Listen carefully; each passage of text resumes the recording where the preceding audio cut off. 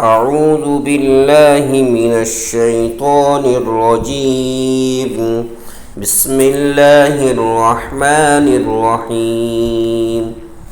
آج کی تلاوت میں آپ حضرات کے سامنے سورۃ البقرہ کی آیت نمبر 131، 132، 133 تلاوت کی جا رہی ہے۔ اذ قال له ربه اسلم قال اسلمت لرب العالمین۔ جب ان کے پروردگار نے ان سے کہا سر تسلیم خم کرو، تو وہ فوراً بولے میں نے رب العالمین کے ہر حکم کے آگے سر جھکا دیا۔ یہاں سر تسلیم خم کرنے کا مطلب، سر جھکانے کا مطلب قرآن کریم نے اسلام کے لفظ سے استعمال فرمایا، جس کا لفظی معنی یہ ہوں گے کہ سر جھکانے اور کسی کے مکمل تابع فرما بردار ہو جانے کے ہیں۔ ہمارے دین کا نام اسلام اسی لیے رکھا گیا ہے، اس کا تقاضا یہ ہے کہ انسان اپنے ہر قول اور فعل میں اللہ تعالیٰ کا تابع دار بنے۔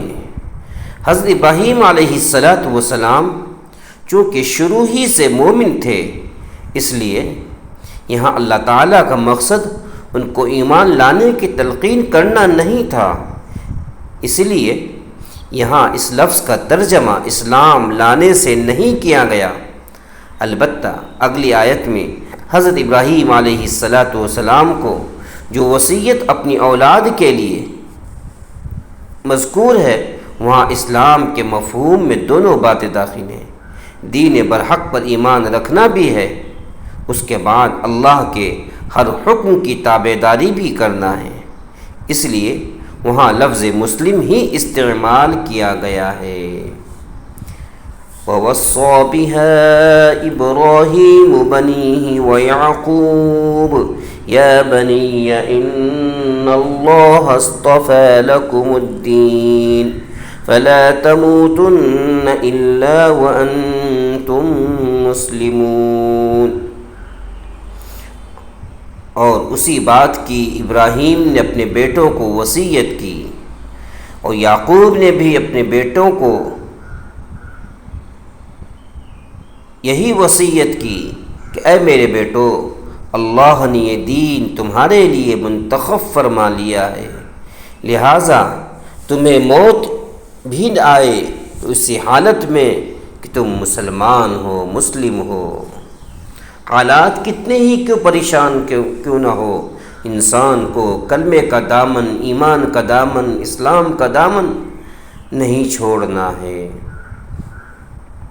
ام کنتم شہداء اذ حضر یعقوب الموت اذ قال لبنیہ ما تعبدون من بعدی قالوا نعبد الہک والہ آبائک ابراہیم واسماعیل واسحاق الہا واحدا ونحن له مسلمون۔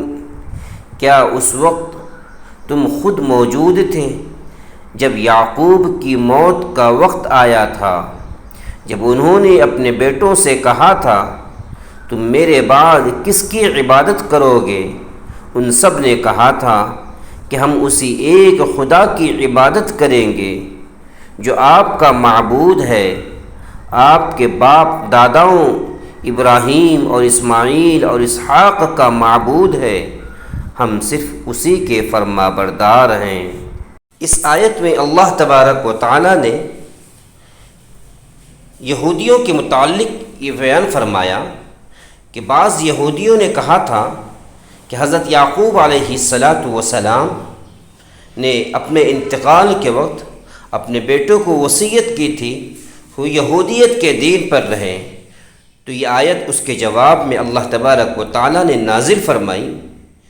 ہر وقت کا دستور یہ ہوتا تھا کہ جب تک نبی زندہ ہوتے تو ان کی قوم ان کی فرما برداری کرتی، لیکن جب دوسرے نبی تشریف لے آتے تو قوم کی ذمہ داری یہ ہوتی کہ وہ قوم آنے والے نبی کی اقتدا کرتی، ان کے اوپر ایمان لے آتی، تو اللہ تبارک و تعالیٰ اس آیت کے اندر اسی کا جواب دے رہے ہیں۔